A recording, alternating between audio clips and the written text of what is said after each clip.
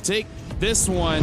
We saw game one go pretty long. Yeah. And it went to games. Let's check this off the bucket list as we start heading on into the land of Dawn. The real question here, that slight adjustment coming in from Falcons MENA might give them enough of an edge. I'm thinking about the early game. I'm thinking about the way that they actually want to move across the map. And honestly, Troll on this Khalid is a great pick for a lot of the early game scenarios.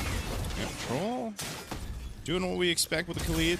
And he lost all his life. Yep. This is one of the strengths, right, of a Khalid roam pick. And I would say this is definitely comfort for Troll, obviously. You go ahead and you try to delay what you can. He's going to get knocked in the air, though, so he's going to want to go ahead and be a little careful. Obviously, he's can heal back up once he has that quicksand guard and everything else.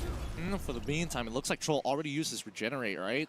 Wanted to go back, but Boyette's actually saying, no, let's actually contest for this, right? Kenny's a little low. He just hits level 2, and Cuffin, he's trying to freeze out this wave as long as possible, and Boyette will take the Litho Wander. Ooh. Oh, the flicker coming in from Troll to get Kenny. Forces out the battle spells from either or. OU now also forced underneath turret. Oh, man. Sano really low, too. Losing that lane up to Yuki for now, but I was expecting, I was like, Kenny, you're really low on HP. Do you want to take the risk of being that close up? Well, he burned the flicker. Troll also used his, so at least no one goes down in that exchange. They go pretty much reset for now. And now, leading into what essentially will be the first big team finder skirmish that we see is that first turtle. You see both teams just kind of duking it out in the mid. Still Meta's around the corner. He's going to go for the spatial migration, or does he wait? Yeah, really good call here. Yeah, really, really good call, especially since Boyette has already made the movement down. He doesn't see the Guinevere, so it's only assumed that he's going to be towards that laning side. Now, we see that Boyette gets the initial knockdown. Oh, still able to buffer the spatial migration to get on out of there. Good stuff. And also, got the Violet Requiem out of still meta. So great mechanics. And he knows that Boyette doesn't have the ultimate or the retribution. There's no heavy spin for this turtle. They might actually just go ahead and decide to go, but there is a lot of Team Falcons around this pit. Again, this dangerous grass, using that extra brush to get a favored position. They're going to go down for the fight. Well, let's see how they're going to punish RWM, though. From Coffin, finds 2 in the back. Still Meta ends up blowing up with the help of Sanji to keep him in place. Even Bankai getting caught at the edge of it. Wow, that was such a good combo, right? The RWM in that extra brush with setting up the Gleam into the Throne of Ruin. Able to catch down one of the members of the Huns Esports. So really good usage of the toolkits that Team Falcons composition will give them. Now they're putting pressure on the jungle alongside Boyette. What a beautiful game this is. Falcons, like, they knew straight away, we got to win this mid trio here. If we put Kenny behind, they get that freeze, and now he's a full level behind. That first turtle was so free because both the supports and the mid laner didn't even have their ult. So now, let's see how much they convert that. It's a 1K lead, but I'm not seeing too many steals other than the small camps. Yeah, this is one of the things, though, right? This is an advantage of having a lead, like I was mentioning. You can be a lot more aggressive. Your damage throughput, obviously, early on is a lot better than, say, an Atlas, where you're just kind of like hovering around, slowing people down. Like, Khalid's a lot more deadly. So, but now, once you have that level 4 for OU, which he should be pretty close to, or he just got it, now that's where he's threatening, right? So now Team Falcons might have to be a little bit more crucial on how they approach some of these fights, but they've been just being very patient, I'd say, waiting for those moments. And sometimes that kind of passiveness might be better to not get caught out by still meta on this Guinevere. Oh, look at, man, I think Boyette, he's got the timers down, right? He is confirming, double checking,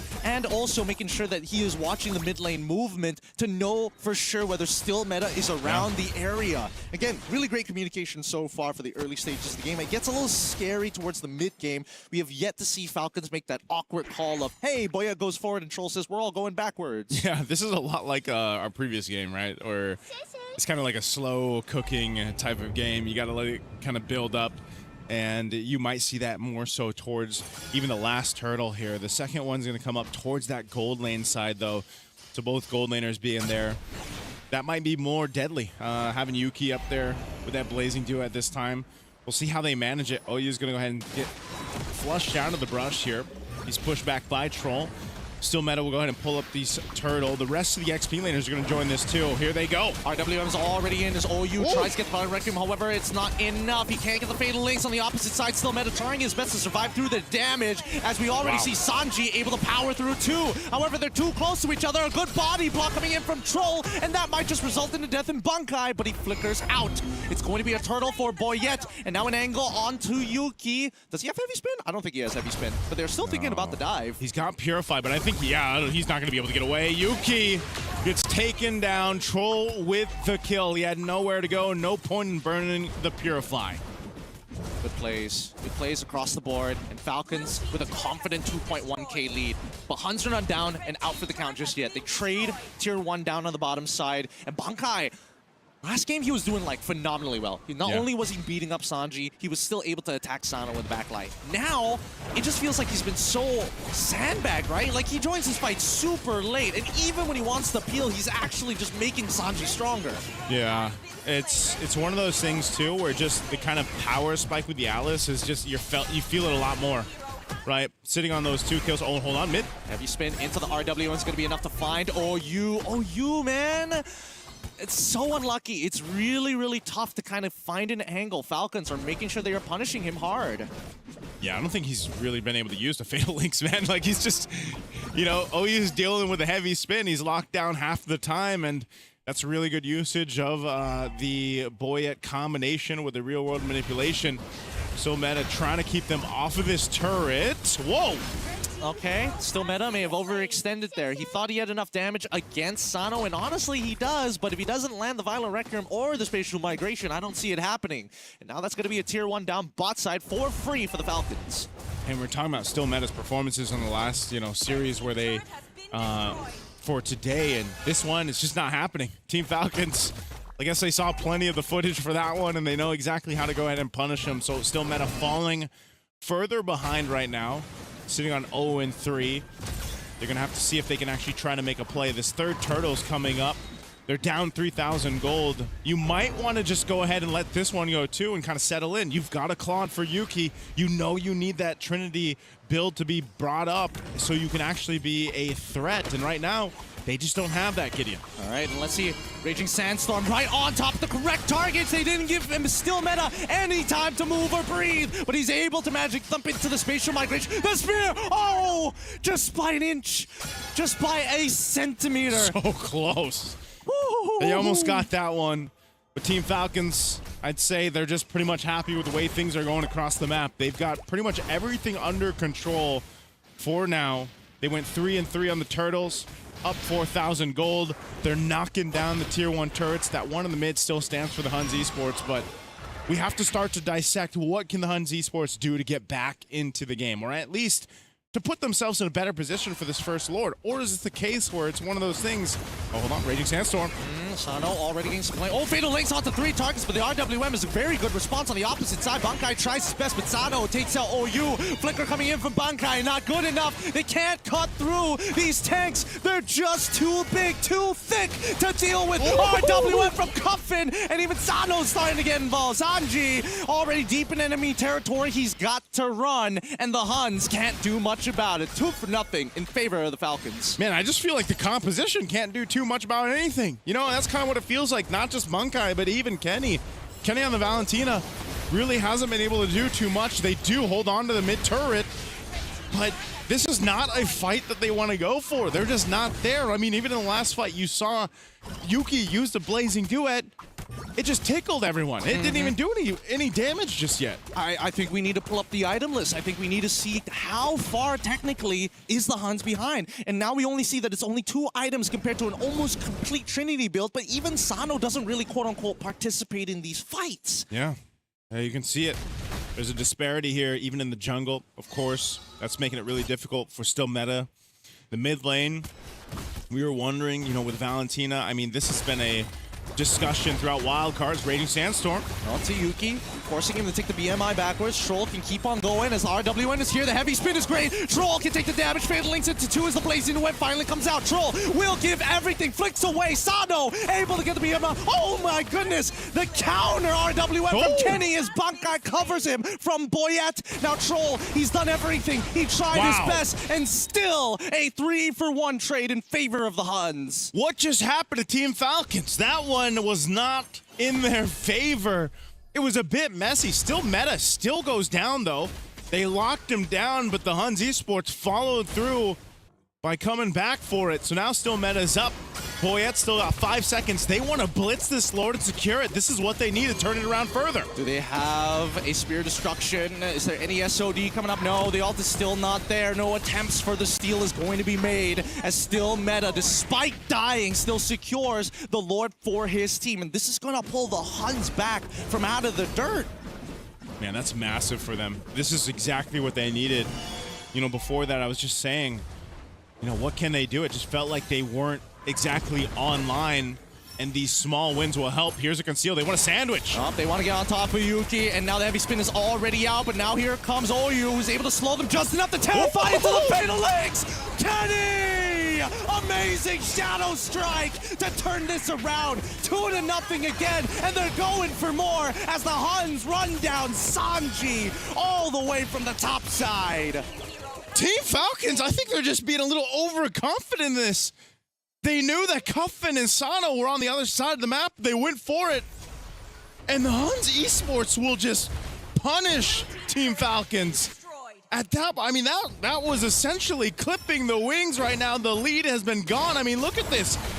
They go in with Sanji. Cuffin was there, but he just kind of disengages because this is not a fight he wants to be a part of. Yeah, it's crazy stuff, man. It's crazy stuff. Now, this is still part of the replay.